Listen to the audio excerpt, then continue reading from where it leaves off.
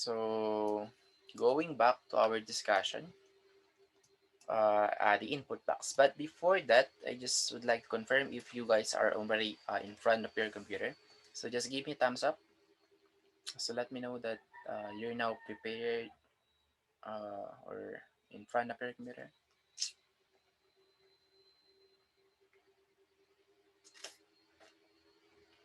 Okay, 5 out of 10. 6. Alright. So, hindi ko alam kung nasan yung iba. Anyway, so we can just finish this one in 5 minutes. Okay, because this one is super easy to understand. So before using message box, we can only retrieve a value of numbers from 1 to 7. Okay, but in here, in input box, from the word input, we can now receive a string. Okay, so it could be a letter, it could be a number. Okay, and then it can be stored into a certain variable. Okay, like for example this one, variable string var or str var. So we are receiving a value from input box. So we have here the message, the title, and then the default value. Okay, so if we have a default value, that is the one that we're going to receive. Okay, if you will not change that default value. Okay, but if you didn't put anything, then the default value is of course blank. So for you to be able to understand what is this default value, let's have an example.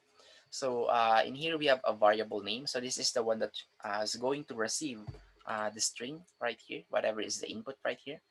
And then we have here the message, which is the input name, and then the data entry, which is the title. And then the third one, okay, right here, is actually the default value. So if I didn't put anything, like for example this one, so it's blank, then meaning you didn't put any default value. So it will give us a blank box right here, or text box. All right. So that's the purpose of having a default value. So by default, this one is blank. Okay, this name right here. But once I put any string or any character right here, and if I click OK, it will be stored on the variable name. Okay. So another example is we now have a default value. Okay, just a different variable in which it will be the ones going to receive whatever is the input right here. So the default value is 1 de la Cruz. So as I open this input box right here, by default it already has a text 1 de la Cruz. Okay. And then if I click OK, then it will be passed on to string. But of course, you can delete this one and then put another text, put another character, and then you can, yeah, store another value right here for the string name. Okay, and then the same with this one. So we have the text or the message, the title, and then oops, what happened? Okay, and then the default value, which is question.text.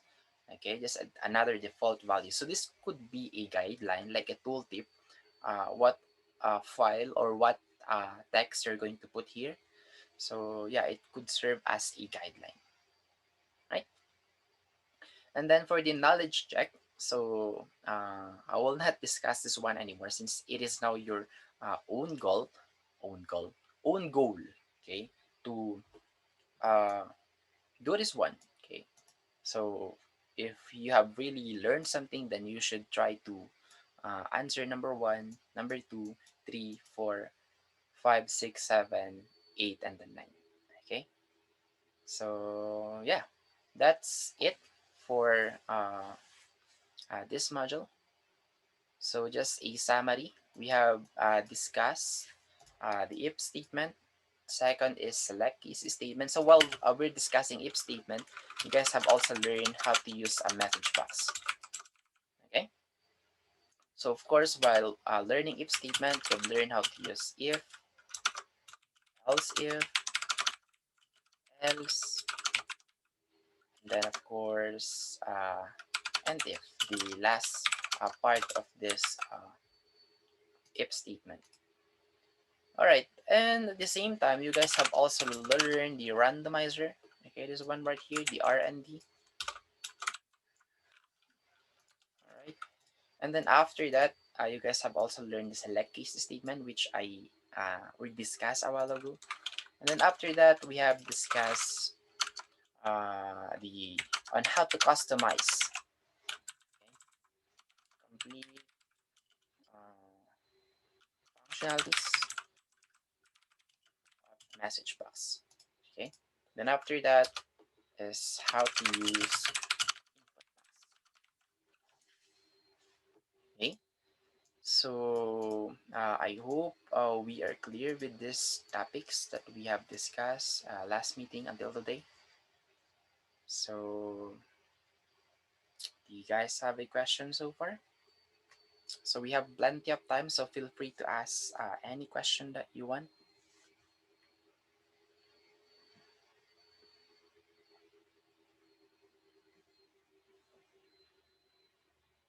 None? Wala? Wala kayong question?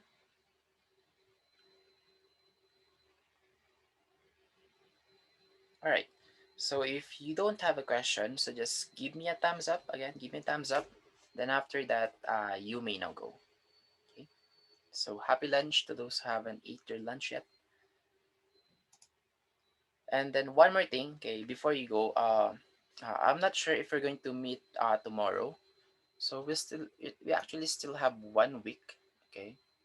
So if we can finish the topics next meeting on 8 and 9, Tuesday, Wednesday, then you will be having a total of 3 meetings left before your final exam, because final exam is, I think, June 15, 16, and 17.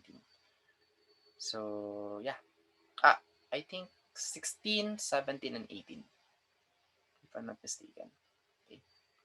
Anyway, so I'll just check my calendar later on so we can finalize our meetings.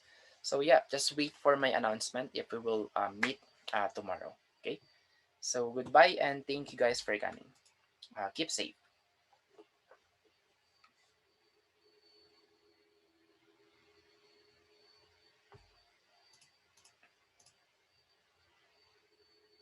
Okay. So thank you too.